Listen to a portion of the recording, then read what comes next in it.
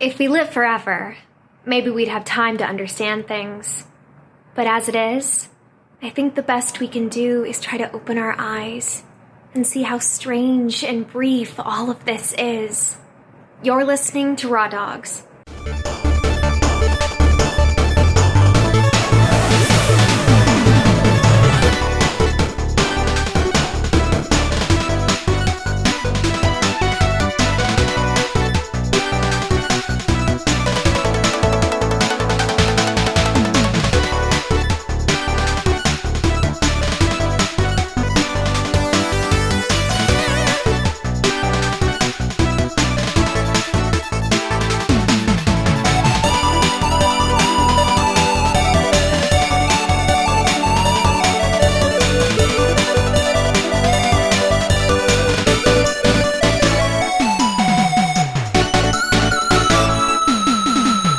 Attorney, Monster Hunter Rise was talked about for a fair amount. They keep updating it. I just can't keep up. I'm not obsessive about that game like everyone is. You caught all 151 of the original monsters. Yeah, that's true. Yeah. Yeah, with my balls. Are we recording? No, I slayed them. I would be breaking off their parts and then selling them and turning it into armor to kill better monsters. Hey, everyone, and welcome to another episode of Raw Dogs. Feels a little out of place because we're recording at Casa de Tom. And it's dimly lit. It's smoky in here, very sexy. Video camera. Video cameras everywhere. And there's a no pants policy at Tom's place. Yeah, strictly enforced. I mean, I went as it's far. It's called Winnie the Pooh. I was trying to really give you a lot of respect and just come here without underwear anyway. Okay. Yeah. So in respect, like every other time, to the Tom. That's why the seats are plastic too. Don't bother. And welcome to the first episode of Indie Games Month. The Raw Dogs will be talking indie games all of July. Indiana Jones 40th anniversary. Yep. Yeah. Good luck finding that Blu-ray. Because after Toby Jones was seen like on set for the new one, I knew we had to do an entire month talking about Indiana Jones 5. So I love Toby Jones. Yes. Dude, his Alfred Hitchcock is amazing. I guess I haven't seen that, but I know in Indy 5, the screenshot, Harrison Ford's face has little balls all over it. They're like, they're going to de-age him whole movie. So he'll look like... Fuck. It'll just like look 2008. Like a pudding face, like sliding around. Can you imagine the pitch to that, to Harrison Ford? Harrison, we're going to put balls in your face. Okay, I'm listening. Whatever. Where's the money? How dare you, sir? My favorite video of him, I think, is when a magician comes to his house and he's like, get the fuck out of my house. He's like, get the fuck out of my house. I like the video of him crashing his plane. Yeah, the guy can't land for shit. Granted, he crashed a plane and just walked away, though, too. He gets hit by a door on Star Wars. He's like, that's it, I'm done. Yeah. Kill me now. Well, Can we move this scene earlier in the film? Yeah, I predict he's going to crash a plane into Mark Hamill. Hamill dies. Harrison Ford walks away. Yeah. Hamill shoots Ford, and Ford somehow kills him. Does he hate Mark Hamill? I don't know. Does he hate Mark? No, they're friends. I'm just saying. Friends. Like, yeah. Okay. I mean, look what happened to Carrie Fisher. I don't know. I think Harrison Ford will be anyone's friend for the right price. Yeah. Wow, this got off on a tangent. I'm no, sorry. Well, who cares? We're talking about indie video games, not Indiana Jones video games. Okay.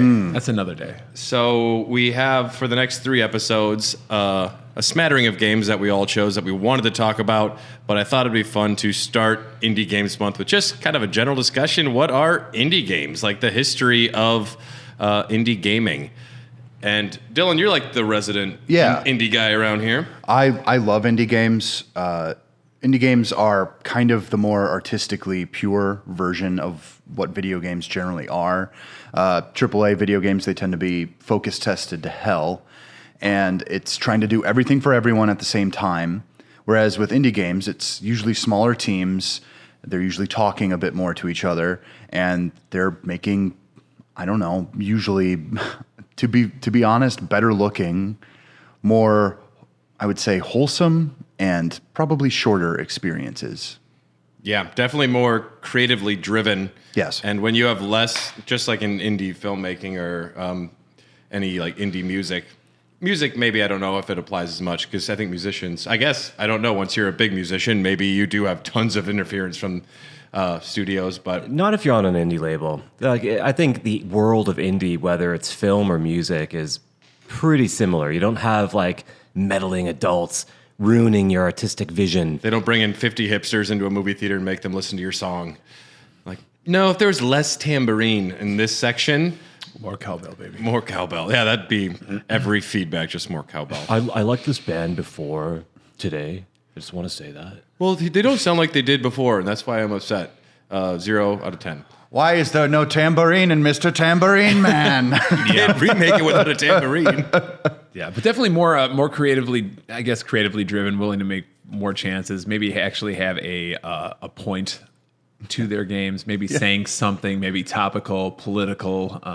Yeah. You'll see that sometimes. But I've been playing indie games since the dawn of indie games. So Well, they got popularized with a few different releases. One being Cave Story, and another one that really brought about this kind of renaissance was Braid. I think that was released in '08, Yeah. if I remember Yeah. correctly. Braid I would say would on be consoles. If we're strictly talking console indies, that's Braid was like the dam broke open there. Yeah. because if you want to like define what an indie game is, it's Right. made by individuals outside of a studio loosely, because even that doesn't apply anymore. But like Spacewar back in the day was made by a couple of dudes using a computer they probably shouldn't have been using that for in a college, and they made the first video game like kind of an indie game. Dot chases the dot. I guess, yeah. They made it independently, like really independently on the sly. So The story of that game is killer. Like dot yeah. chase dot dot. It's I it really can't- gets you. I can't believe they haven't made a movie yet.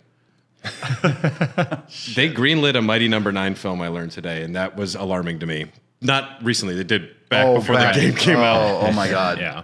Can you imagine? Like, yeah, I'm gonna pitch this to like Universal. But when I was looking up like the history of indie games, the earliest like that people kind of agree that it started happening was like bedroom coders, just like single like people or friends just like hanging out using Apple IIs and ZX81s, VIC 20s, and Acorn Atoms. And I even have heard some of those words before. Well, I think Yeah. Well, I old think- computers. Yeah, and I think one of the things, especially early on in like video games in general, I feel like it was a lot easier for people in their basements who had the equipment to bridge the gap between the higher end titles like Nintendo, what they were making, and making their own thing that could actually be comparable or similar. Yeah. I mean, and the PC scene was pretty much almost all comprised of independent games, or at least a large portion of the market. Before you had, like Electronic Arts step in, Trip Hawkins, Or like what was it, Sierra? They were they just bought up all the indie games like way back then. I mean, but Sierra, they started out as a husband and wife, Just making making independent Mystery games. House in their house, yes. That's romantic. Yeah. And Tom, you love Sierra. I have a lot of fondness for Sierra, and yeah, I mean, I do. When I got my first PC, that King's Quest VI was the first game I got, along with Freddie Farkas' Frontier Pharmacist. Shout out to L. Lowe of Leisure Suit Larry fame, and Classic.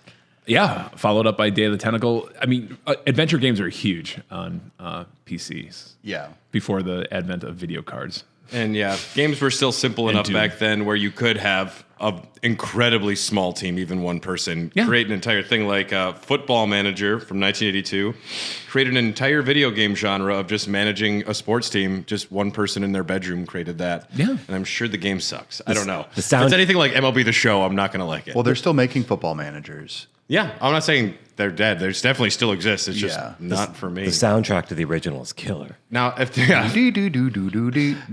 giving it way too much credit, I think. Yes. Now, if there was Blitzball Manager, I'd check it out, maybe. Well, okay. Don't give them ideas. Don't. They're going to do a 20-minute trailer that goes nowhere. Yeah. E3 2022. Fucking God, Square. Oh, no. Another game back then, Jetpack, was made by a small studio called Rare in '83. Lovely little game. It started moving into shareware, was kind of like, I think, the next big step where it's hard to compete when there are like, these big releases where people can have physical cartridges in stores. So they kind of figured out a way to have discs. They just like ship them out cheap, like with the first episode, sometimes for free. People could just share them and then like download the rest, please. Don't share the rest. Just the first one you have permission. Yeah. Commander Keen. Yep, that was the first from Carmack and Romero. That was released via shareware, 1990. Yeah, I lived through the shareware craze. I was part of it. It was a very energizing time. It was kind of a tease, though. You get your floppy disk or your CD. It's like, oh man, look at all these games. Yeah, and it takes you 5 minutes to beat the first level, and then Mom, I need more money. Right. Mom. So a lot of times, when we're talking about id Software, they would share the first episode. So when we got Wolfenstein and Doom, obviously were huge, and that was a collection of levels. So honestly, until Doom 2 came out, I didn't know anybody in my friend group who bought the full games. I'm with you on that. Actually, it took a number of years before someone finally bought it. Everyone got copies of it. Right? Yeah, it was always I'm so good at the first level of Doom. You have no idea. Speed run. Yeah. What about the other levels? What do you mean? Other levels. Right. And it was more easy. than a level. Yeah, and like I said, it was easy to copy if somebody did buy the full game. And obviously, the shareware was meant to be copied, so you would just get it and give it to all your friends. And it was always fun going to school. I was in high school at the time, and You'd bring like the game and like give to your friends. yeah, or we'd have like just swap, and nobody would really know like what the other person was giving. Like Tom's what's private this? stash. How did this folder get Like on there? I remember getting the STDs. yeah, I remember getting the disc. Aldrich Jenna Jameson. I remember getting the disc that had Warcraft 1 on it for the first time. I'm like, what the fuck is this? And then putting it in, I'm like, oh, this is really cool. I can get behind this. But yeah, and some games were just complete shit. But yeah, Wolfenstein and Doom, I remember this one game Jazz Jackrabbit. in that era. You were a sperm, and you shot. No, sorry, you were a dick. I was and you one. shot sperm at eggs. Okay, I forget what it was called, but it was very bad. And when bar game. right. When you ran out of sperm, you get the little shrinky dink, and you lost. And it's harder to aim. Just need a minute. It's like a wet noodle. Just need a minute. I'm going to just, before I forgot, Raw Dogs is brought to you by our executive producers. Ooh. Ants in the Pants, King Kippo, Rai Whiskey, and Tikachu. Thanks for supporting us. Patreon and Discord, y'all are beautiful and we love you. Actually, I was in the shareware scene in 1995. I remember the game Exile. Mm-hmm. Yes, like my friend got it, and we just kind of became obsessed. It was kind of like a shitty RuneScape, I guess is how I would describe it. It was like a little mystery game with like swords and stuff, but we loved it, and we're all like, we got to the end. Like, there's another episode, and we collected all the dollars we had and sent it out. And we didn't do it right because we never got like the other part in the mail. I'm pretty sure. What a fucking bummer. Right. Like, we should ask our parents to help us, but yeah, we didn't. Whenever you and Tom were talking about this, I just wanted to be like, in a white room with black curtains. And I'm picturing like there's beaded draperies and like all this other stuff. You're wearing like loose fitting, like doily clothes. I got the Jazz Jackrabbit shareware like screen that would pop up. I found Jazz Jackrabbit rules. The second one is very good. Is your jazz collection complete? If not, give us a call and we can help. Call us today. It is your destiny. Jazz Pack 1, episodes 1 through 3, $25. The Mega Pack, all 6 episodes, $39. Right. Gravis Gamepad Joystick, $25. All jazz orders include the full color manual / comic book and a free bonus game. I bet you got Cliffy B's like personal phone number. What if he still has the same number from back then? That would be Call it. funny. Yeah. That would be that'd be pretty call it right simple. away. Let's just do Yeah, it. let's Okay. This is Cliff. You want to call the to order jazz call number, the 1-800 questions? We call the questions. Let's try Just that. remember to bring up jazz. Let's do the questions. Okay.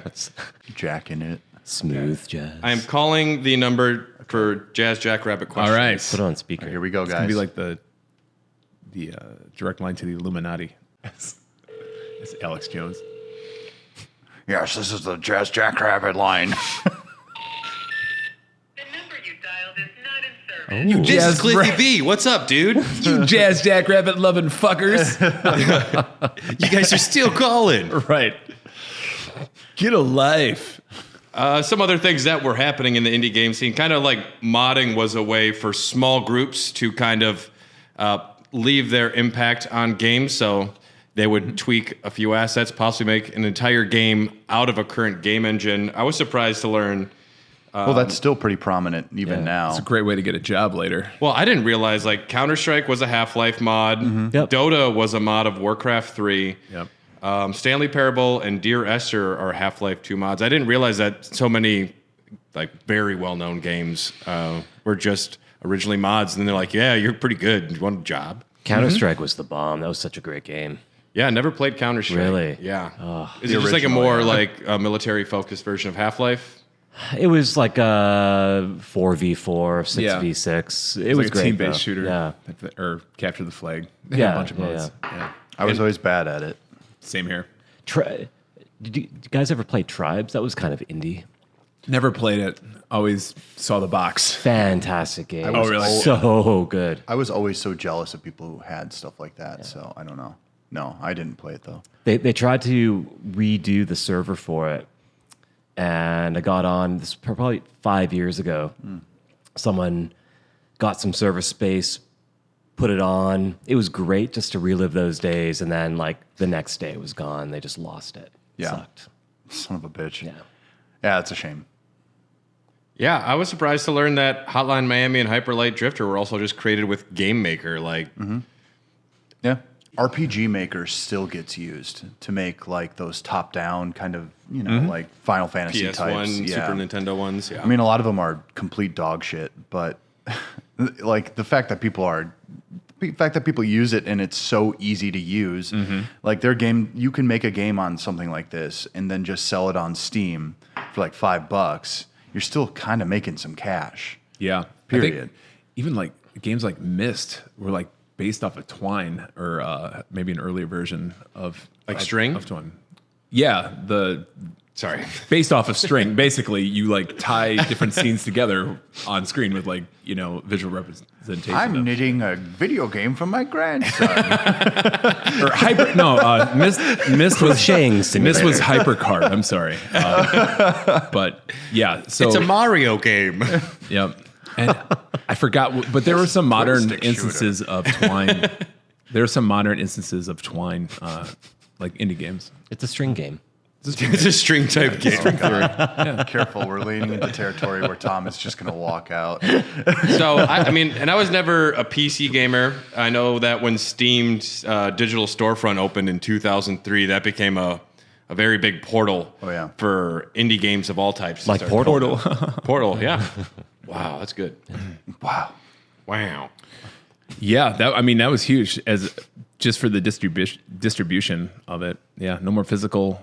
Directly to players. Yeah, anybody could upload. Literally anybody could upload something. Their quality control was not and still remains. It has Yeah. not. Case in very point. questionable. I was Case going in to- point. Don't Get Caught is on Steam. You guys know that game? No. No. Is that you've told me about this? You have to just jerk off in It's- places and not get caught jerking It's off. the jerk off simulator. There's two. The first one, That's fine, You're though. That's you're actually you're a funny. teenager in the bedroom, Oh. and you got to jerk it, and you can't let your mom catch you. Number two, It's like red light, green light for Sounds jerking like off. you stole my game. number two, you're in the back of a cab, and you can't let the cab driver Yeah. catch you jerking off in the That's back pretty seat. Yeah. The cab driver always knows. Oh yeah, he's I mean, watching. you're like He already always on your knows. way home. He's jerking off anyway. too. Yep. It's like, The final level is when you realize that the cab driver was also jerking off and you couldn't tell the whole time. I cannot believe I'm getting paid to do that. Now, if that was a multiplayer game where it's two people trying to jerk off without catching each other, Yeah. That's Don't Get Caught 3, Circle Jerk. Yeah. it's a masturbation game for my grandson. Now in VR. And This one's hentai. I mean, pre-Steam, there were other digital storefronts. Just a heavily like segmented just group of them online. But Yeah. when Steam came out, I mean, having Valve behind it and just having the juice of Valve. It was basically. hot. It was hot, and it just centralized a lot of the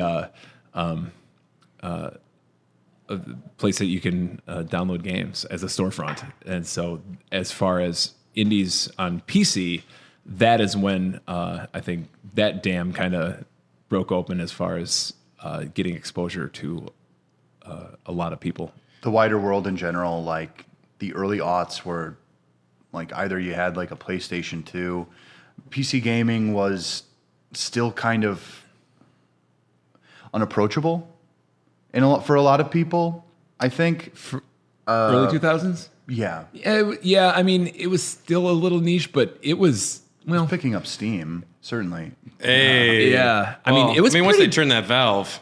yeah. Simmer down now, boys. I mean, simmer down. the PC master race has always existed, and they're insufferable people. And Yeah, but this even is though the I PC love of being one Ratchet of them, and Clank. yeah. But when Baldur's Gate, and shit, whatever. Valve really made a lot of good decisions back then too, like releasing Half-Life in '98 with the free like software development kit that like opened up a lot of doors for people to like do mods that they brought into the fold, and then they released Steam, which they can release their own games on, and it's giving a lot of power to individuals and also providing a much needed vessel for video games to get into the hands of the players. Yeah, I would also be remiss to not mention Flash gaming. Flash gaming was a thing that happened. I couldn't recall any games I played back then, but I remember playing a lot on like E-Bombs World, and that's indie gaming right there. That's a couple of people just like making some questionably like either great or really bad games, but I remember playing a handful and loving them. Yeah, One of used the to spend best a lot on- ones was Alien Hominid. Yeah. Oh, I remember. Right. That game fucking rules. I almost bought the full copy of it for the GameCube, and I'm like, this game is wicked hard, and it's a Flash game, and they're selling it for $50. Well, it's more than a Flash game at that point. But At that point, yeah, but it still looked pretty much it the said same. HD at the end, so. It didn't. Oh, shit. Oh, it didn't. No. No. There was that was only nothing high the Xbox def Live about a Arcade one. GameCube. SD. Yeah. Yeah. SD. Yeah. A lot of that stuff. Regular version. Well, what's cool about Flash games is that it's a really easy way to get into the idea of coding and really understanding. Like, this taught a lot of people how to, it's like it's like a stage below the Right. actual thing. It made a lot of people make shitty ass fucking games, Oh yeah, I played or so allowed many. them to at least be able to. Yeah. Well, it's kind of like flooding the game market and causing the crash in the early 80s. Like Flash games, like everyone just release everything at once. But luckily there was still ways that things get upvoted back then as like you could tell what was the better ones. Yeah. I remember you just go to, I think it was E-Bombs World. You just like search top 10 games or new games and just waste a bunch of time on there. Yeah. I mean, Being able to play them in the browser too was, Play them at school. oh yes, Yeah. very important. Yes. Volume down. Pre-Fortnite. Yeah. one of those like quiz ones where you have to answer a question and then you get to see a naked lady. Yes. And then remember Mrs. those. Reedburn catches you and you're Yep. fucked. Hello, get principal. That's right. Yep. Got a real Terry It's like my mom helping me study for my homework.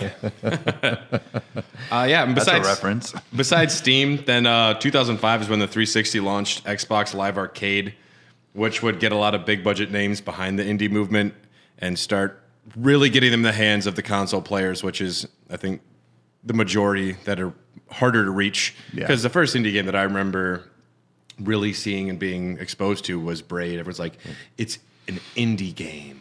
Yeah. It's like Kevin Smith made a game. It black was and white. prestige at the time. Like you heard something like this and you're like, oh, this is unheard of. I mean, for a lot of people, it wasn't. Yeah, Xbox Live Arcade was a big deal, and it was cool to have access to games digitally, and some of them were pretty cheap and like good names, good games. Braid was the first one that I remember being a big deal, though. Yeah. They're- Kicked they're- off the summer of arcade. Their 2008. their content, they didn't really curate it as well. They also had some real dumb fucking games. A lot of like variations on pinball. I mean, you see this all the time now, but it's all just kind of like those trap games where it's just like someone just got an Xbox, but they used to play the Atari back in the day, and they're like, "Yes, I too love pinball," and then they get pinball, and it just fucking sucks, and they're like, "God damn it!" And then you got to pay $5 for a new table. It's like the first paywall, right? Like the first loot box. Did you like this game? Save your achievements you've unlocked by buying the full thing. Ugh. Yeah. Yeah. And I did. I downloaded like every demo, but then I didn't buy the game. But like I did every demo. I was like, press X to buy the game, press A to exit. Sure. It's like you're just hoping someone pressed the wrong button. Press Y to salute. Yeah. Yeah. But I think you can't really understate just the fact that you could now download games on from a console, how much that kind of just aided the success of some of these games. Well, and I think that's the key component to all of this now, and the reason that they're so popular is that they don't have to go through any manufacturing. Like, period, whatsoever. And that's the only reason they're getting into our hands. And the player doesn't have to leave the house. They're like, oh, let's fucking, okay, I'll press a button. And it's usually all of big money scrambling, like, how do we get the money? Yeah. We need to own this somehow. Yep. Yeah. Well, and that's the part that's really cool about it, too. It's a lot of these games are also smaller. They're usually more bite-sized experiences. Yeah. When you see like the download size of an indie game, you're like, no shit. I'm going to be playing this in less than an hour. That's cute. That fits on an SNES card. Or nowadays, it's like, oh, I got to play this in 15 minutes. That's Yep. awesome. I'll just watch the download bar. I'll download the new Final Fantasy demo, and I can't even play it when it's downloaded. Yeah. Yep. Yeah. Braid was a big deal that moved things forward. Castle Crashers was another one that they pushed really hard. I remember that. That one was big. I liked that one. Fun multiplayer game. There's a small indie title called Minecraft. I think I'm saying that right. It has an umlaut in it, I think, It's right? Minecraft. Minecraft. It's Minecraft? Latin. Minecraft. Yes. That I remember hearing like whispers about it when I was working at a movie theater. My buddy's like, I'm playing the beta of this game. Yeah, he just like come up to me and whisper Minecraft and run away. But no, he was saying he's playing this new Minecraft game and it's amazing. Bathroom now. Well, and Tap under the salt twice when you're there. Yeah. I read today that Notch, the guy who created it, sold his business to Microsoft for $2.5 billion. Think of how much it would have been worth if you waited 2 years. Would have been like $5 billion. Well, at $2.5 billion, does it matter? Like, Yeah, I'm 5. it was the second best-selling I wanna be video game in the Bezos. world in 2017. I don't know if it's still up there, but that's an indie game. That's a dude made a game, and that's I think the height of Minecraft is an institution now, you know. It's a almost religion. its own genre. my nephew doesn't. I don't believe he plays it, but he watches it and he wears Minecraft stuff. Like he watches people play Minecraft. I don't know if he actually plays it though. Yeah, I mean, kids these days, it's their Legos now. You know, like they are born into Minecraft. I'm surprised Minecraft doesn't make Legos. They do. They do. Okay, There is Lego. That's a good transition, actually. Tom, I brought you some Werthers. Dude, I know old people really like hard sugar-free. candy. thank you so. And thanks for the sugar free. It'll really appreciate tame that. back the diabetes. Thank you. Thank you very much. I don't have teeth anymore, so it doesn't really matter. But you know, thanks. No, thanks, Jamie. Appreciate It's a sucking it. candy. I do like Werthers, by the the way. Who doesn't like Werthers? Did you see my big bag? Pretty good. Up there? you keep that bowl by your true. bed and you make us eat it when we come in your bedroom. Yeah. Gets all like. Please Cost have of a entry, seat or lay boys. down if you're. Anyways, okay. I'm gonna get wild Minecraft tonight. has Legos. I didn't fucking sleep last night. Full disclosure. Yeah. I think a lot of my exposure to indie games came from Indie Game the movie. I remember first time seeing that, being really taken aback, because that's my first time seeing like the development process when it could just be like a small team putting stuff out. Fez is very good. Yeah? I own it on several systems. It's an excellent video game. It's also a hat. You would actually really like it. I think it just became very And he posh. wears a hat. That's a fez. Yes. Shit. It just became posh, I think, to hate him after he said like Japanese games suck. So he has dumb opinions. Who gives a fuck? Well, I'm just saying, I think like it was easy for the media to get behind hating him, and it was just clickbait articles. Everyone wants to do He was an early something. cancel.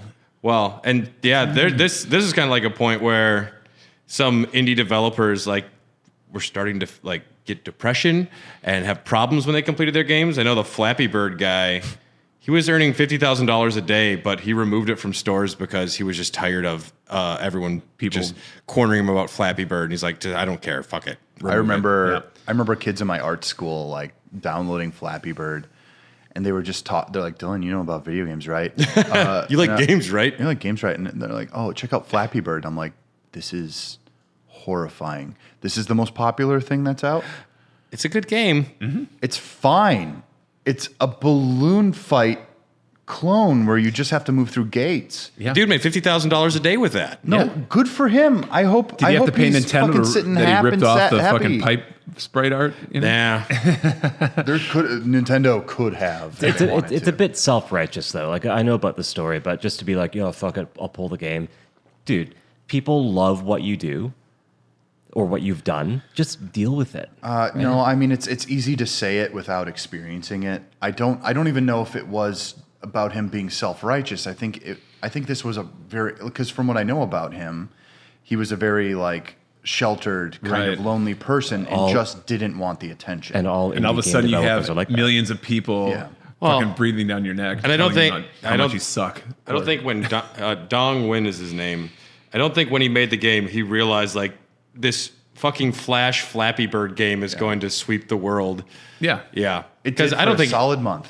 There are people who make games and they're like Peter Molyneux, like this is the future. This is gaming. This Flappy Bird guy's like, I made a fucking Flappy Bird game, whatever. Right. And all of a sudden you're on Wheaties boxes. And now he owns like 3 Peter Molyneux. Yeah. Like My favorite part is when I see kids today in their Flappy Bird t-shirts, their Flappy Bird hats, their Flappy Bird potato chips. I would wear a Flappy Bird t-shirt. I think, boys, the next time someone says kids these days, you got to eat a Werther's. Yeah. That's a rule. There you go. No, I read in a few different of like the articles I was reading about the indie apocalypse where shovelware was threatening to eat through the system, but Yeah. Well, I mean, to me, shit's still cool. Like, of course, there's gonna be bad games coming out, but from what I've seen, I've played a lot of. Since I met Dylan, I've had to play a lot of indie games, and all of them have been amazing. I'm always right. Dylan's always right. There had to be a stinker in there. Not yet, but I don't play most of what Dylan tells me to as well. But everything I have played was a 10 out of 10. Yeah. Of the 3 games I've played. And one of them is tattooed on my leg. Right. Solitaire. Yeah. Chips Challenge. Chips. Oh, Yeah. I forgot about that Chips game. Challenge is great. Chips That's almost an Challenge? indie game on its own. Yeah. Yeah. I thought you meant the Pocky One Chip Challenge. Oh, yes. I was being stupid for a second. No, Chips Challenge was originally for a console, right? I forget. No, Before it it was was PC. No, it was a console game before it was on a PC. Really? Though. I forget what it was. I don't know. Raw Yeah. Dogs, Chips Challenge. The lore. No, indie games are in a really good spot right now, from what I can tell, because the number of like just amazing games, like the top games of all time, and so many of them are just bizarre sounding titles. Yeah. Well, and it's so so we've got- dumb to say like they become legitimized, but I mean, right now, I think most people are just open to playing experiences. I think people are hungry for new experiences. I think that a lot of people are burnt out on the style and kind of the homogeny of what these AAA companies are producing. Like I was complaining about Ubisoft a couple episodes ago. I think people are tired of that. People want new experiences because every time I go on to Steam, it's some indie game I've never heard of and it's blowing up the charts. Speaking of Ubisoft, do you remember when they tried to do like Valiant Hearts and Child of Light. Child of Light? They had the Ubi Art studio to kind of do the indie I loved indie it. vibe. I loved Get some of Valiant that Hearts. money. I love loved Valiant Child Hearts of too. Light. Child of Light was pretty good. Child I of didn't Light mind is it. very good. Yeah. Sorry, I didn't mean to derail you. No, you're fine. But I mean, like that's like even they were trying to imitate it at some point, and then they just decided, well, these don't make the kind of money that we're looking for, and so they don't want to pay a bunch of artists. So I think realistically, though, if you look at to your point, Dylan, like with the big AAA titles, it's kind of homogenous now what you get. But at the same time, like 80% of indie games out there, it's the same game with a different skin on it. So it's kind of getting to the point now where you get an indie game, it's like, well, I've played this already, but it's just a different name, different pixel art, whatever it is. Yeah. So it's kind of broaching the same tedium. Yeah, that is probably one of the downsides of people having access to centralized storefronts like Steam is a curation process that has always been, especially now, just a thorn in people's side because there's so much crap. How do you get through the noise to the good games? That's the biggest problem with the internet in general is you're just getting bombarded with content everywhere and finding a way to filter the content to find what you actually want. Have you ever mobile games? It's no different. Okay, so Same thing. have you recently gone to the eShop? The Nintendo eShop has so many things on there that I am just like, I don't know what you are. What am I looks like supposed to garbage. do? $3.99 for backgammon and 35 games. I'm like, that one that's actually probably 52 okay, games is good. $10 for a calculator. And then, They made Dom just $5. finds out there's Hentai versus Evil, downloads it immediately. Sounds like Dom. He's alone this week, I think. Just playing Hentai versus Evil. Must be. What's going to win? He downloaded Always Evil. hentai. He downloaded this Candy Crush type game. He's like, dude, I didn't know what I was buying, but you got to try it. So I've honestly heard good downloaded things. it. My wife sits down beside me and she's like, is this that sex game that Dom downloaded from the eShop? I'm like, yeah, it is. Like you line up your candies and then their girl orgasms or something. It's like, Dom, what the fuck are you playing, man? It's a rhythm game. It's a rhythm game. Pretty hot. It's people like him who are encouraging this. So Well, indie games remind me of indie filmmaking, and that if you're going to be operating inside of a major studio and make a major blockbuster release, the possibility of it being anywhere close to your personal idea or like a Edgar Wright picture or a Christopher Nolan picture, it's very hard in filmmaking to have a name associated with like, I am above studio interfering. When you see my movie, this is Quentin Tarantino, and you better fucking believe it.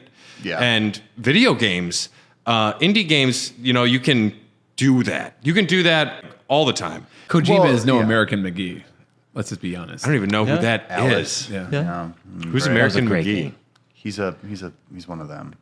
He used to be in id Software. He tried to be one of those guys that made a name for himself. He was a level designer. And we'll talk a little bit more about crowdsourced games in our next indie episode. But it's been a way for your Igavanias or your Keiji Inafunes, people who think that they are these figures and these creators, to find funding and make indie games that are their visions, that are what they're trying to make without 10 people saying no or 50 people saying no. I mean, it's hard to steer a ship when there's 50 people trying to hold the wheel. Yeah, and that's actually what I truly believe, that for the most part in modern gaming, especially in these AAA titles, if they had less interference from the top, these games could come out probably like 8 months sooner every single time. And if they're like, because everything gets focus tested to hell, they literally bring in people to be like, well, how do you feel about this character's interaction with this? It's like, who cares? Why don't you just do the thing and then have them react afterwards? I don't understand this incessant need to create something that everyone is going to like. Like, not everything's for everyone. That's why I love indie games. That's why, like, whenever something pops up on the eShop, I'm immediately just like, yeah, well, I'm gonna get it eventually. Yeah. Period. Yeah. So when you have a lot of suits involved, it's usually those suits have to justify their positions and then give their notes. And unfortunately, when you do have to go through that system, they think what only things that have sold and made us money before are what people want. Doing something like making an old retro style adventure game. No one wants that. There is such a desire for old school games, point and click games, RPG games. Make me an 8-bit platformer, call it Shovel Knight, and everyone's gonna fucking rage about it, you know? and you'll keep making it for the next 8 years of your life. Another DLC! Right. And Which now have the all 10th been good. character gets its own DLC. Those have all been good, so it's really hard to complain. Yeah, they all play differently and take the system and do something new with it. But Yeah. I don't know. It's a way to push the whole art form of video games into new ways. Like, we'll talk about What Remains of Edith Finch in another episode, but to take what a video game is to its purest form and make it very cinematic and about choice. And if people want to call it a walking simulator, that's fine. But there is something very unique about that storytelling that would not have passed through a regular studio. No, not at all. Yep. I'm going to save all my thoughts about Edith Finch Yeah, because no, me too. I that is a game very close to my heart. Definitely. Because you're wearing the shirt right now. Yes, if Edith is Super Mario. Oh my god. What remains of Luigi? Look, there she is. It's Edith. That would be fun to do, like Who remains? Mario's Mansion. You get to see all of the Mario characters, how they died. You get to the top, and it's Baby Mario at the top the whole time. Yeah, that makes sense. Yoshi was just dropped in a fucking Yeah. cavern. They all died by suicide. They all died by suicide. There's so many Yoshis. I'm done. This fucking thing won't shut up. It's the beige Yoshi. I have found his corpse. Toad was smothered in the bed. Sorry. How dare you? That's one of the best games ever made. Not disagreeing. Now, what remains of Edith Finch in a Mario art style could be fun. Maybe. Probably I not. thought somebody was trying And then to it was a make like Goomba, and then it was a Paratroopa. I thought someone was trying to do a demake of that game at some point. Of Edith Finch? Of Edith Finch. I don't get the reason. I don't understand why. Yeah, that's one that I wouldn't want a remake of. I understand a modern RPG done in like old school style, but Edith Finch is so good because of its like pure, simple level design. I fucking love Edith Finch. Or what remains of her, anyways. Right. What remains of Edith Finch? It's a bit of a spoiler. well, we're gonna take a quick break to hear from some of the other amazing shows from the Greenlit Podcast Network. When we come back, we're gonna talk about 2 games that were selected as some of our not necessarily favorites, but I think games we wanted to talk about and play. Yeah. And they have since become favorites, at least for me. So indie games are on the same trajectory as AAA big budget games. It really is, just on a smaller scale. Yeah, as an indie game developer, if you don't have, even if you're partner with a distribution company, they're still going to want, this type of game. They're going to want this type of time frame to release it. They're still under the same types of pressure, unless they're purely Steam, purely eShop, things like that. At the same time, Certain games to more extents than others, though. yeah. But just looking at the hodgepodge of indie games out there, the hodgepodge of AAA games out there, within a given year, you could probably count up maybe 3 to 5 games that you just loved for AAA and indie. Mm-hmm. It's all hodgepodges. It's just different budgets of hodgepodge, right? Like, how many times can you play the same fucking indie game where it's a Mario clone, or it's this type of clone, or this type of clone? Just like AAA games, it's this type of clone, it's this type of clone. Look at Biomutant. Yeah. All it is an open world hack and slash. It takes bits of Breath of the Wild, it takes bits of this and bits of that. So it's kind of it's comparing half, or I don't know. I can't think of the term right now, but Genshin Impact. Yeah. That is a great point. But then there are people who, especially with the advent of Kickstarter, where people are looking to resurrect their dead franchises, or at least play something similar, like Bloodstained was the first ever Kickstarter I backed, and I'm so happy I backed that. But that was just everybody wanting another Symphony of the Night from the guy that made it. Mm-hmm. We're like, I don't care if it plays exactly, if it's the same fucking castle, I just want to play this game and support this guy. Yeah. But yeah, I mean, I do get your point, and I do agree. And then you get those like big budget indie games. No Man's Sky. That's an indie game. It was made by 12 people, 20 people. I forget. 16, I think, maybe. Yeah. It's a good game. Mm-hmm. I'm not going to rave about it. Like, the VR aspect, just that kind of took it to the next level. But Which I've yet to experience. But I guess like that begs the question. I mean, it's still technically an indie game, but is there a point where, even though it's an indie game, it doesn't feel like it's not we don't consider it an indie and that's the thing. Like, does indie mean budget? Now here's the thing. Where now they start calling. Now they're calling it double Triple A. or Double A. Double A, yeah. Yeah. So I guess it's kind of muddy. But like, there are things like Hellblade: Senua's Sacrifice, which is so actually close to being an indie title, but it still does technically have a publisher. That's obviously one of those games where the studio didn't interfere too much, and it's a little bit of a shorter experience, and people really went for it. And they're like, oh shit, I mean, it's getting an Xbox exclusive sequel. Yeah. They bought the company. Well, Yeah. And then there's hybrid funded games like Bloodstained or Shenmue 3, which partially the money is just from the fans and they're making what they want. But then there's also someone who's giving them a large amount of the money that's saying, well, we also want it to be like this. But it's also, I think that So for is a lot of Bloodstained an indie game? Yeah. Drawing the line is... Well, It- we were it's- just talking about that. To me, Bloodstained is still. Well, it's very much an EGA game. You can tell it's his game. Because the number of cowboy hats that he wears in the game are a lot.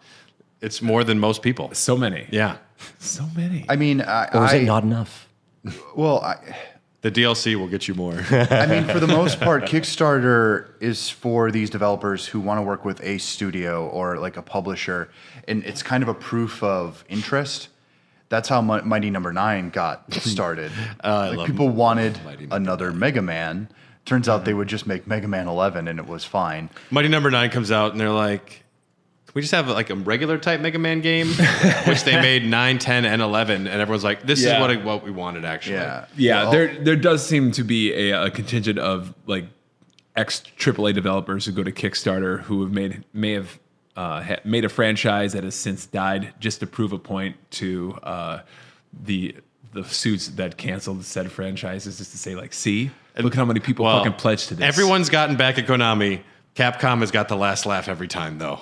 They always Yeah. do, yeah. They always do. Yep.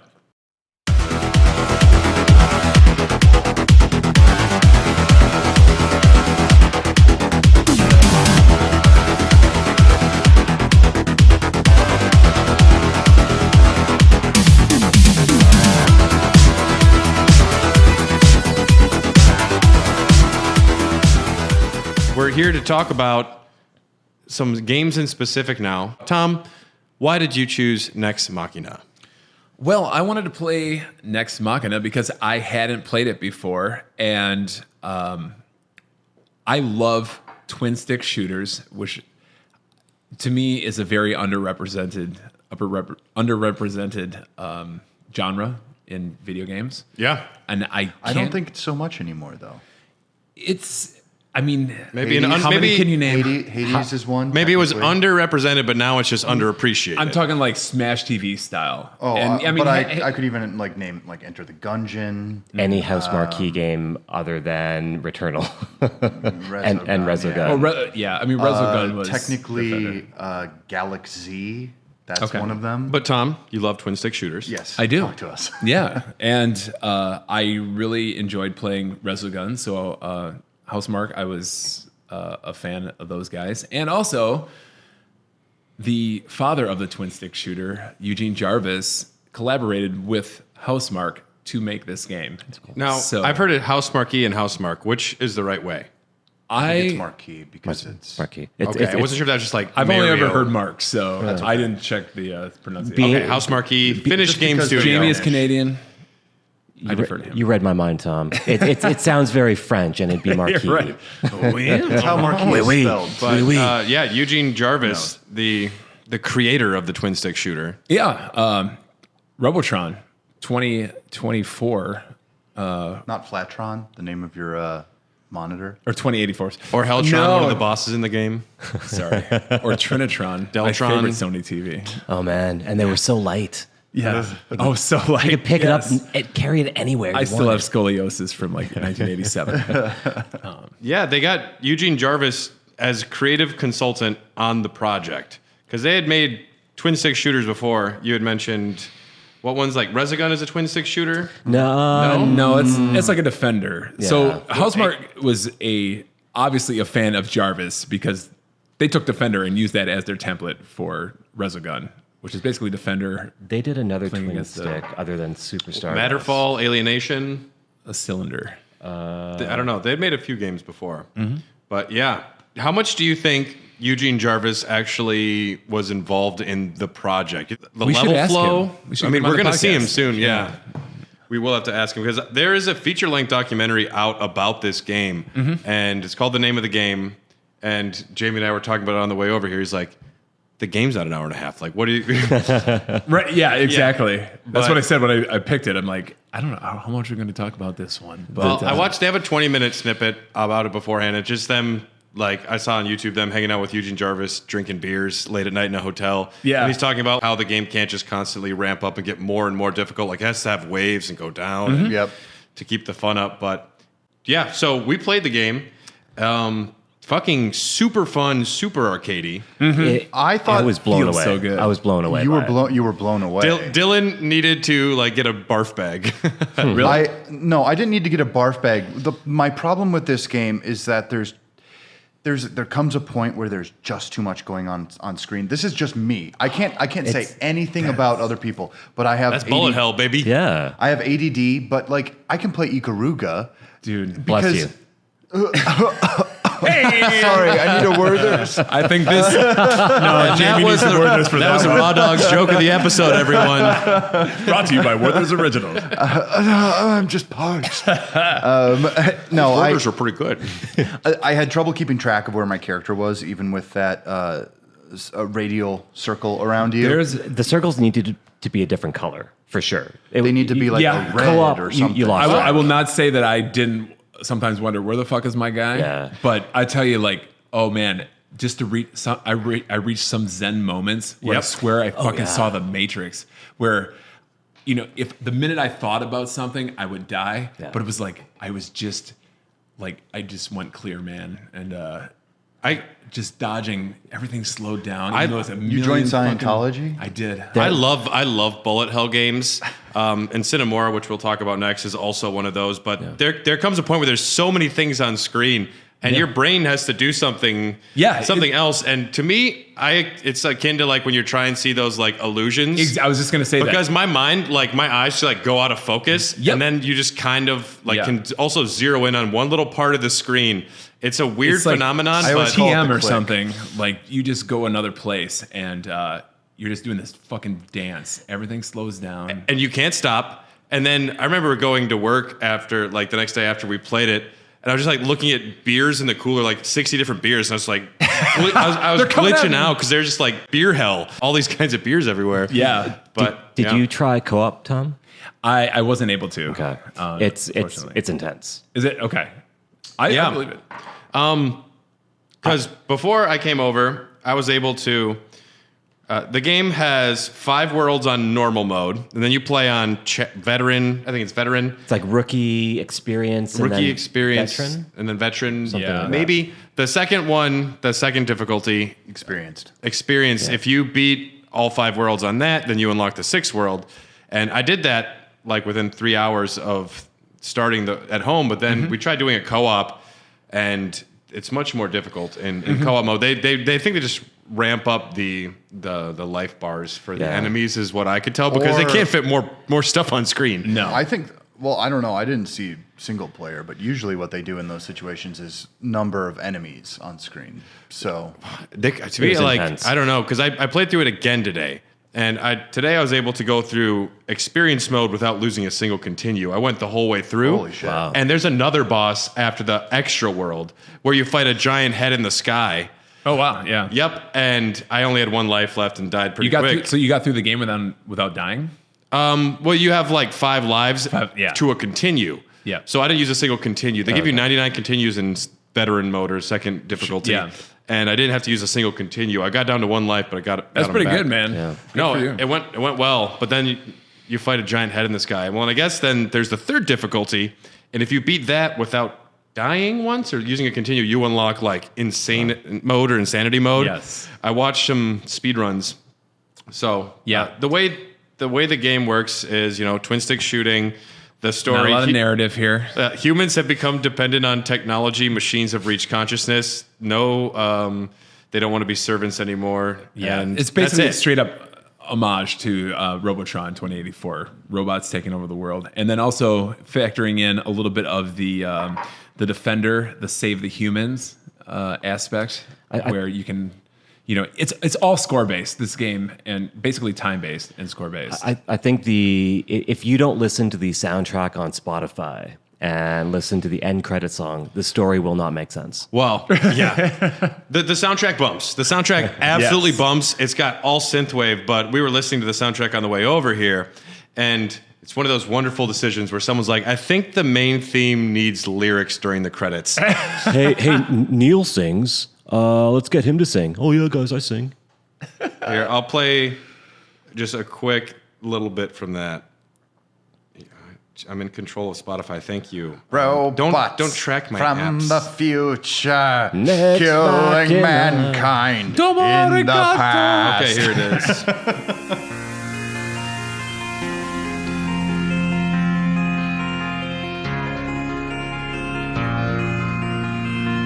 Took her out. It was a Friday night.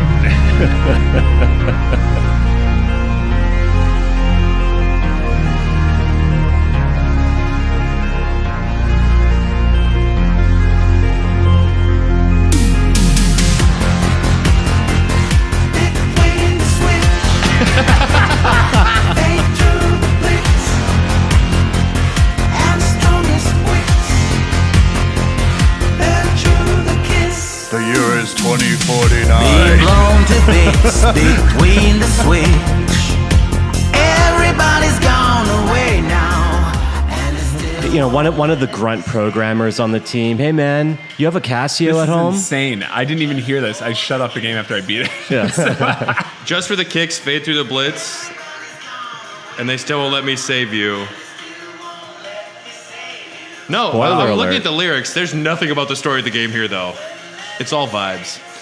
Well, this is just replaced "Still Alive" from my Okay. favorite video game ending song. So Yeah, I'm still gonna fucking go with love the that shit. Symphony of the Night credits song. Right, yes. Yeah. All I want to Or do the Knights is Yeah. be in the driving dreams. on the Hoenn Bridge. It's like late at night. No one else is on the road. My windows are open, and I'm just smoking a fucking cigarette. And I'm wearing a cool leather jacket, but I'm also probably driving the Kia I own. yeah, Yeah, but don't let that one weird No. song scare you away because the soundtrack absolutely bumps there's the nothing entire weird time about you that. play. That's good. Well, Fits it's the good. game It's good, but it's perfectly. just weird to hear the lyrics to it at the Oh, I end don't of the care. game. like if you look at screenshots of the game, you probably hear the soundtrack in your head. You know it. You know what you're in for. But Stranger it's Things great. took acid and went to a metal show. Yeah, Yeah. But man, I mean, Or it was good. those games are just all about feel, and that they nailed that feel of the twin stick shooter. What's interesting with that? So well. What's interesting with the game? I haven't played Returnal yet, but looking at gameplay footage of Returnal, you look at Nex Machina, and that's Returnal, but just like Like the third top-down person. version? Yeah, Yeah. yeah. You know, your dash, and it's very cool to see the progression of House Marquee to finally make like a big budget AAA game. It's kind of cool. Yeah, and we'll talk about it with Sine Mora a little bit too. With anything that's a bullet hell or like an arcadey shooter type game, it's not so much the single player like story experience. You want to beat the game, and it's the repetition, it's mastering the power ups, it's getting the score higher, and that's like the more I play Nex Machina or Sine Mora, the more fun I have because I learn the enemy patterns, I learn where things spawn, I know where hidden things are. And it just becomes, that's the gratification. That's the gameplay loop that I'm chasing. It's the first time you play, it's fun, but just getting in like that vibe, the good vibe, feels. Yeah. Knowing like how the score multipliers work, trying to find out the hidden humans. And how about the engine? Like the upgraded voxel What engine from what the fuck? The game, the PS4 game, Resogun. Yeah. Because it said on gameplay, it said twin stick voxel shooter. I didn't know what the term voxel meant. It's you know how PS1 games looked? That's voxel. So it's not technically polygon. So like shit? Yeah. Well, it's pixels that mimic polygons. Better than They're 64. like volumetric pixels. So when you shoot something, they all explode into squares, and like there's just a Okay. lot of particle effects. I will say I watched a speedrun and I was very pissed off to find out that the sword is one of the most powerful power-ups. Because they use it at bosses and just like slice through the bosses, but it's dangerous because you have to get close. You just have to hated stay the sword. just enough away. Yeah. I didn't even realize when I first picked up the game before Brad and Dylan came over that you had to save humans as well. And as soon as I saw that little human, it's like, oh shit, it's Resogun. but you can actually get them. Well, you can actually find them. you Okay, know? I mean, and to speak to the arcadeness of it, so you have humans scattered around each little like mini level you're on. You have to save all your humans. You'll be fighting a boss and just not have saved all the humans. There's just like one guy just like walking around, no other enemies, but just like the boss shooting everything. Hey, buddy. Help yourself a little bit. You He's know? just walking around I'm only eating one, Werther's. Help me spaceman. help you, you know? Yeah. I honestly, watching you guys play, because you guys are the ones who got through it mainly, and I was just like, well, these fucking people are idiots. Isn't there like some If I was a Darwinism robot, going on here? if I was a robot, I'd kill him too, man. Yeah. I'd join the robots. Man, I am Dylan Tron. I am Dylan Tron. Dylan Tron. That sounds like a Terminator movie I'd be terrified to see. Thank you for letting me be here, guys. My It is seat- very cool. My CPU is a neural net processor, a learning computer. I'll be at sabbatic. Right. Let's get hookah. Puff, puff. Pass. Right. I have no lungs. Shit. I will never feel high again. This is hell. Anyways, Nex Machina, I am glad I finally got around to playing it, and it's now in my library forever. And if I ever need a good game to just chill out to, It's funny that you say chill out, Yeah, but like to me that's like I'll have a cup of coffee in the morning and just play through one round, see how far I get. Yeah. Because it is like a nice little fun like Zen experience. Just throw it up and zone out, and hopefully not die. I've added that game to the list of you have 15 minutes to play a game, Nex Machina or Tetris Effect, right? Just play a couple rounds. yeah. Same vein, It's right? one of those. Yeah, I don't want to spend 3 hours at a game. Got a half hour to spend. What do I want to do? Twin Right. stick, right? Yeah. It's a constant struggle. Just to find like if I've got a little bit of time left in the morning, I don't want to watch a show or something that's just so passive. yeah. And so I often have trouble finding something to just like want something to do really with my sink hands. my teeth into. Especially when your stories aren't on, right? Like when the soaps aren't on. Well, Golden Yeah. Girls does not air that early. It's actually surprisingly late for a show like that. Which is weird because old people are asleep by then. Yeah. Golden Girls is Actually, not just it's- for old people. it's so late. It's the best show of all time. Well, it's just so late that it's It's early. also Tom's version of porn. It's getting there. A couple more years. Final thoughts on Nex Bryant Machina? is pretty hot. Fucking loved it. I thought Nex Machina was an amazing game. Yeah. Enjoyed the experience. Love the sound effects, and I love the sounds, like the music. Yeah. Yeah. That feels like I put a quarter in a machine when I play that game, which is a high compliment. And your eyes bug out. It's great. Yeah. I can't focus on things for like an hour afterwards. Honestly, even watching you guys play it, when I got home, I'm just like, I've got to lay down and like just not. look You're at having these Vietnam fucking flashbacks driving the Lime scooter home. things. Dun, dun, dun, dun, dun, We dun. played for like what? You're driving home. You're on a line. I think we played for like 3-4 hours. I couldn't really sleep right away after that. Like just colors everywhere. Yeah, Sure.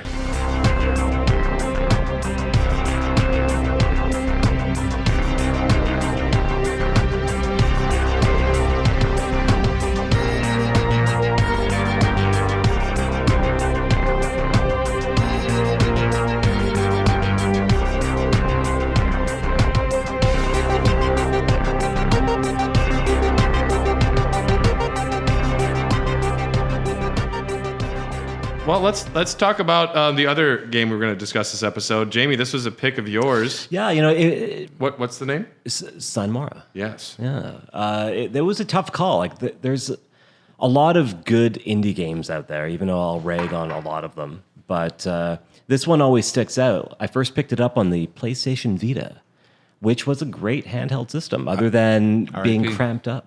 I was very excited to hear you play this on the Vita. Yeah, it looked fantastic on the Vita. The gameplay mechanic of it is just super unique. It actually, you know, a twin stick shooter or just a side scroller. Sorry, Sine Mora is a side scroller, but bullet hell type game. The whole time mechanic I thought brought a lot to the table, just to the story, to getting through extremely bullet helly levels or just ultra hard bosses. I love thought, I love that mechanic. You need that like bullet hell that gets so intense. Like, can I just go back 2 seconds? And then you do, and you're like, Oh, I still suck. Yeah. I'm still dead. But, it's just one of those games. I didn't realize how old it was, actually. Time flies. But past me Werther's. But it's still a game that just stuck out in my mind. Not so much for the story. I never really got into the story my first playthrough. Okay. The story's whack. It's whack. Now I'm getting into because it's so fucked. But it was more about gameplay back then. But now, you have a rapey buffalo or a alcoholic buffalo. The buffalo wasn't rapey. That's right. He was forcing someone who was raped to be his servant. Yeah, me too. Tom, can you explain the story of Sine Mora from what you picked up? No, just I thought Buffalo guy was rapey. I only made it through the first level and a half, so I haven't had a time to actually play through the game. But the story element, at least where it went, even after the first level or during, I was like, what? This is not what I expected. I think what got me and because it's a little it's dark. It's dark. Back when I first played it, I would just skip all of it. But to your point, Brad, turn off the English dubs. Well, put on the Hungarian. So there's the original Sine Mora, which was released on the Xbox Live Arcade and Windows, March 21st, 2012. I have the original Windows version. And then there was also a redone version called Sine Mora X. This was released after the studio Digital Reality had closed. They closed a year after the game came out, actually. So it was handled by another studio. The original game has a very widescreen format, and it's got black bars on your widescreen television. And so it's got an extremely cinematic view, for better or worse. I played it today on the original Xbox One, and I actually do prefer it like that. With the bars? With the bars. Yeah. It looks really good. So this Hungarian You studio, can see more coming at you. they decided to just they recorded temp tracks of Hungarian for the characters because that's just what they had, and they wound up liking it more. The redone version added English voice acting, and I lasted 10. I was like, I'll play the entire game with it. I lasted 10 seconds. I'm like, oh, it's so bad. And they read so slowly. I am Kobold King Buffalo, to headquarters.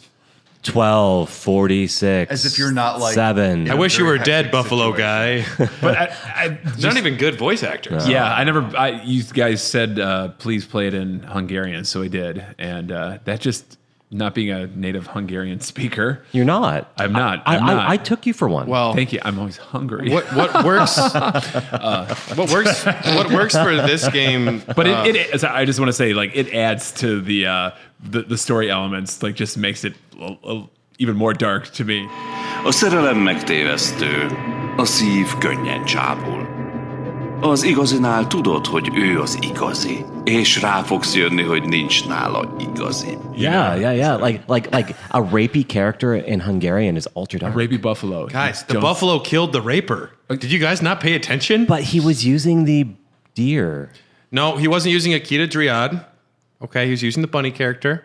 Bunny, yes. Yep. It's hard to keep track because the I Buffalo played through Man, 8 times. I don't fucking know what's happening. I mean, UN Squadron, you could play as a dolphin, yes. but I've never played as...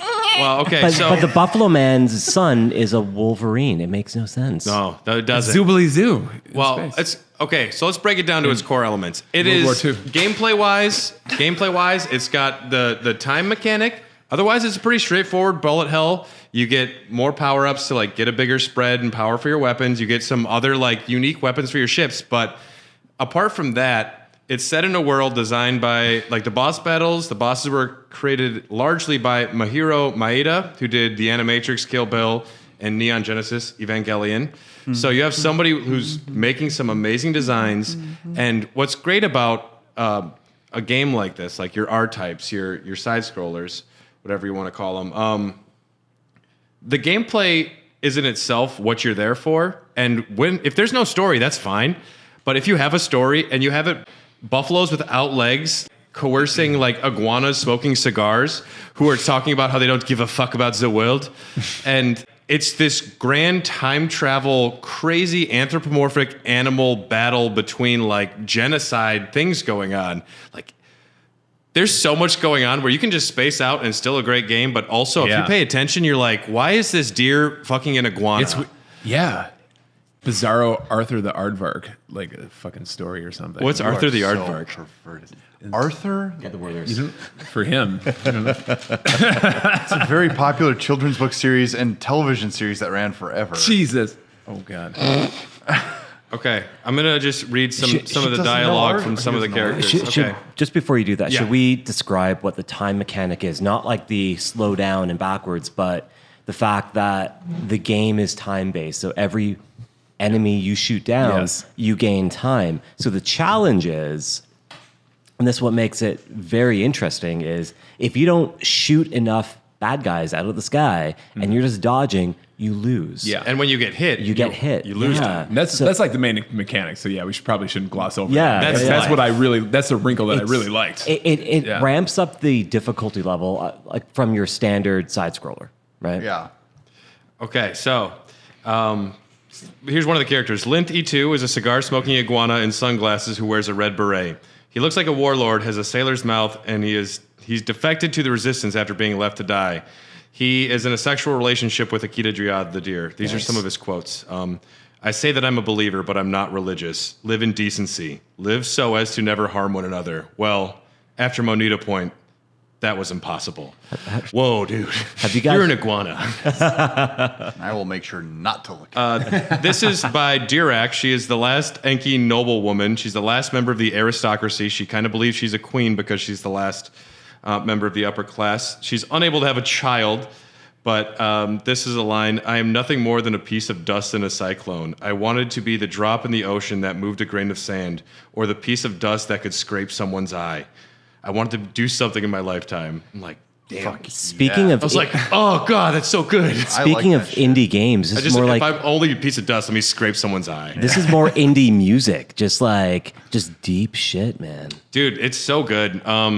And as someone who has played the game, and also another part of the time travel thing, each chapter takes place in the same location, like 1,000 years apart, because they call it the Eternal War because they can travel through time, the Enkis, and their entire race has been captured by the Lael Empire, and they have had all of their sensory faculties destroyed. They can't see, they can't hear, they can't feel. They're like mindless slugs, but they can milk them of their time travel abilities. And dude, this story is fucking crazy good. It seems like almost not important to the game, which is kind of cool. I can kind of picture milking an Enki for time, just Yeah. just milking it. Little time nipples. Oh, time nipples, they're ultra sensitive. Time Milker Time milker. from Dogcast Studios. Time Milker 7, Revenge of the Milk. Yeah, I think that's such a strength of the game. Is the setting, because otherwise, if it didn't have a unique like diesel punk feel with such striking character designs, like the first time I realized I was a buffalo with my legs cut off, I'm like, why? Like that's exciting. I guess they originally had it just humans, and like this doesn't feel cool or stylish enough. So Star Fox did it. Let's, Do a barrel roll. right. yeah, Slippy Toad never coerced a rape victim. Which is Not fine. yet. I'd like to read a Wait for the reboot. Fox, I've been me too. Do a barrel roll. And speaking to the extreme nature of this game, Kip from Discord said, Sine Mora is a lot of fun with an arcade stick, and I like the story. I sometimes wish the story involved less sexual assault, because that sometimes makes it a little too heavy to show friends. Yeah, but I mean, Yeah. if your friends aren't paying attention to the story. If you're signed up, though, for like extreme story or like hardcore anime, if you want something that's like a mature story, war is hell. And sometimes buffaloes have to force bunny rape victims to go kill underwater prisoners in Bokonomo prison. Like this happens. Story of my life. Yeah. I mean, listen, That was, if to me, that's Tuesday. characters Where's the are Werthers? characters. They be complicated. You know what I'm saying? Well, and then, And they be shopping. yeah, I didn't realize that there's also the alternate narration where if you beat challenging mode in a single playthrough, you unlock new narration for the entire game where the Wolverine character, who actually committed the nuclear bomb drop, who killed his buffalo father. These are words that I'm saying, people. But it reveals that all of like what happened to the characters, and that he did save the deer and the Enki race by sending her back in time, and she's actually the mother of all of the Enkis before it happened. My eyes. What are these My words eyes you're- did that like are you Nex saying Machina words thing right now? Where Because- just like my eyes just went like very. Brad, your numb. glasses are fogging up. Yeah. I like this game a lot. It's Yeah. a great game. I'm looking forward to actually playing through it. So, Brad, I'm going to keep your game until I beat it. So, It's kind of like a hidden gem. Like not a lot of people know about it. It's listed in like top indie game lists I'd never out heard of there. Yeah. But Well, it's a good game. It was a free game on Xbox Game Pass last year, so if you have if you're playing on any of the Xbox family, you might have it and not even realize it. I played this on the PS3 first. Yeah. So I did play EX, but I think it still had that widescreen format. And I played through it. I didn't understand the story, and I don't think I was invested. You even telling me this now makes me want to go back to it because I just didn't give a shit. I was like shooty pew pew, and that's all I want. If you don't understand the story, sometimes when an iguana loves a deer, it just Very leads much. When very much. iguanas Love a deer, they time travel and they fight a buffalo. but not the rapey type. And Linthy, too, was tried for war crimes, the iguana, and he said, fuck you, fuck this system, you guys are genocidal maniacs. He was locked in a prison for the remainder of his life underwater and never saw the sun again. Jesus Christ, Brad. wow. I mean, Things that's just why got dark. That's why I would never put an iguana in a cage. No With one a deer. keeps iguana in a corner. Fuck. Where there's... Where there's. So unless I'm jumping the gun, The Resogun. Yeah. the Resogun, let's talk about co-op. So Sine Mora was released in what I would call a near perfect state by originally by the Hungarian studio, but they're like, let's make it a little more American and add co-op and add a few like challenge mode. Because we all love working together so much. Jamie, what happened when we tried co-op mode at your house? So I have it on the Switch right now, and it was chug-tastic, let me tell you. Chugtastic is one of the words for it. It Also, was so fucking glitchy. Also, the secondary character Is bullshit. It's not another plane. It is a swirly defense probe that has almost twin stick shooter elements to it that explodes for no reason when story intersections come up. So it's literally just that So bad.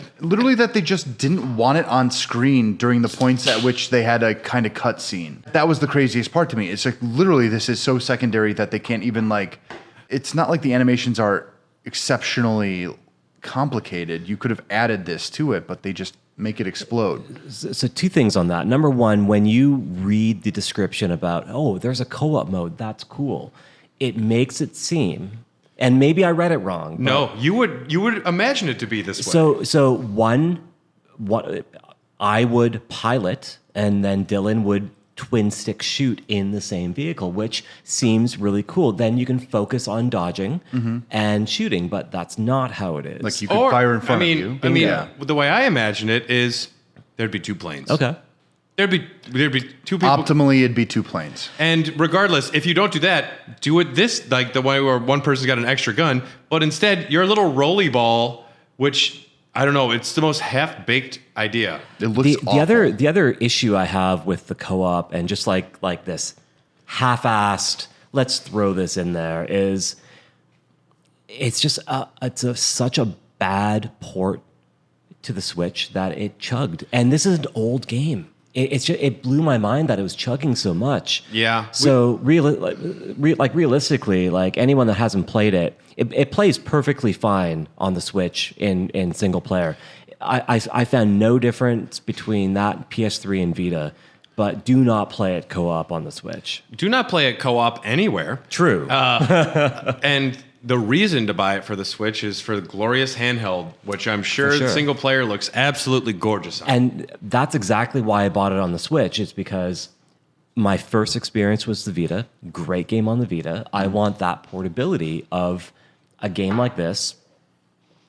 It's portable. Yeah. So Switch makes sense. But yeah. Yeah, everything else that it added to. I mean, I did like the fuller screen, even if it's it's just all of widescreen instead of the black bars. That's fine. It's just a different way to play. But everything else they added, it's got 4K, it's got all your bells and whistles. But outside of that, challenge mode, garbage. Co-op, garbage. It was a lot of unnecessary stuff, in my opinion. On top of that, That was the last time we played, or I played my Switch, was when you guys were over to try co-op. I picked it up today in handheld mode, and the game wouldn't recognize both Joy-Cons. Sometimes Really? No, sometimes that happens with aging Switches. That actually does really? happen, yeah. But- Mine does it all the time. Okay. And it's kind of a pain in the ass. I don't think it's game specific. Well, I that will just say means that. I'll have Give to the get Switch a Werther's. the new Switch Pro, the mythical Switch Pro that's Mythical. coming out. Because mine's like That's- first edition Mine is Switch. too. Yeah. I think you're missing the most egregious mode, and that would be multiplayer Oh Versus. shit! Yes. Oh god. It's got a versus mode. It's hot got load of 2 garbage. ships. It's just like you. It's It's almost combat like for Atari. it's just up 2600. and down where you can like shoot. You can move other directions, but really it's combat. Yeah, it's combat. Yeah. But you're And- also just the shitty drones that you are in the Yeah. multiplayer. Yep, you're not even the ships. It was baffling. I expected there to be any sort of reason to play any of these other modes, and to be so shut down like 1 out of 10s across the board. If you have Sine Mora, the original, don't buy EX. It's not worth it. No. If you have EX, just stick to story and arcade. Yeah, and get far enough to where you realize that the Wolverine becomes a good guy in the end.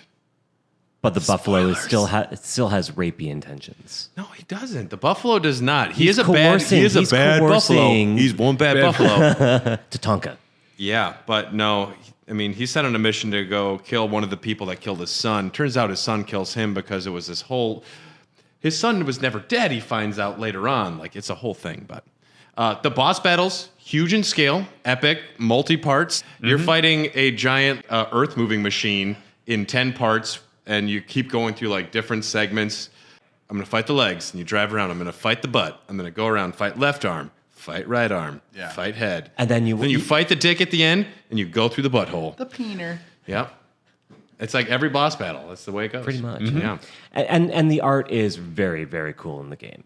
Yeah, art's very, down. very cool. I mean, 2.5D. that might be its biggest draw for Yeah. me, because I've played other kind of like bullet hell shooters that have maybe impressed me more, but in terms of just the way this game looks, it's immediately just like you're in this palatial, like beautiful ocean setting, and you've Yeah. got a bunch of different planes around you, and you feel like you're about to actually do something. He's like in a old timey bomber. Yep. You know, Yep. And that aesthetic.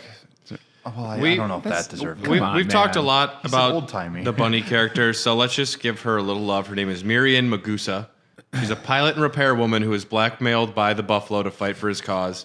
She is secretly an Enki and is hiding among the Empire under a fake identity. She speaks through a voice box because she had cancer as a child. She is a bunny who is a rape victim from Regis Pire, one of those guilty of killing Argus. After the final mission, she dies in a hospital bed after being caught by the enemy. She never said a word and her eyes looked dead for her last days. She couldn't say a word because she didn't have her talk box. Oh, that's Right. even sadder. Yeah. Now I feel even worse. Yeah. Well, You're But welcome, yeah. guys. Her character's great because the whole time the Buffalo's blackmailing her, she's like, I want you to fucking die, you Buffalo. That was her only line. Like, No, she has a lot of lines, dude. well, yeah, but like every beginning of the level, hey, I'm the Buffalo guy. You got to do this for me. Fuck you, man. I wish you were dead, but yeah, I'll do it. That's cool. That's cool. Yeah. Well, she's being blackmailed because he's going to out her as being essentially a Jew in Nazi Germany. It's a light game. Check it out. It's super family friendly. Great shooting mechanics. Great shooting. pew pew. Pew pew. Rated R for rapey. On the next Raw Dogs, we'll be discussing crowdsourced video games. We're going to go over some of the highlights and the ultra lowlights. Dylan, if they wanted to find the Raw Dogs, where could they find us? You can find us on Twitter at HotDogCast. You can find us on Patreon. More importantly, Hair of the Dogcast. I actually think that is more important. Facebook, Hair of the Dogcast. You know, a lot of other stuff. Oh boy, just give us money. We don't have money, so we need a little bit of money. Only a tiny bit. Also, we're very appreciative. We have a great Discord. You join our Patreon, you're more than welcome to join us. We've got a great group there. It's completely chill. I've made some great friends on Yeah. this. Like, to be honest, if that's not incentive enough, No, it's a great group of people. And yeah, if you do want to come to Patreon, it's like $3 or $5 a month, and you'll get access to a lot of extra episodes as well as a whole extra show that we do called Doggies After Dark, where it's just us after we drank too much and we keep talking about stuff. It's very funny. And it's very funny. And as the editor of the show, I'm always like, yeah, we're pretty cool. We're okay. We're fine. Thanks for listening. Indie Games Month will continue, and support indie things if you can. And if you can't, Absolutely. just support us. Support us more. We're an indie podcast. So Yeah.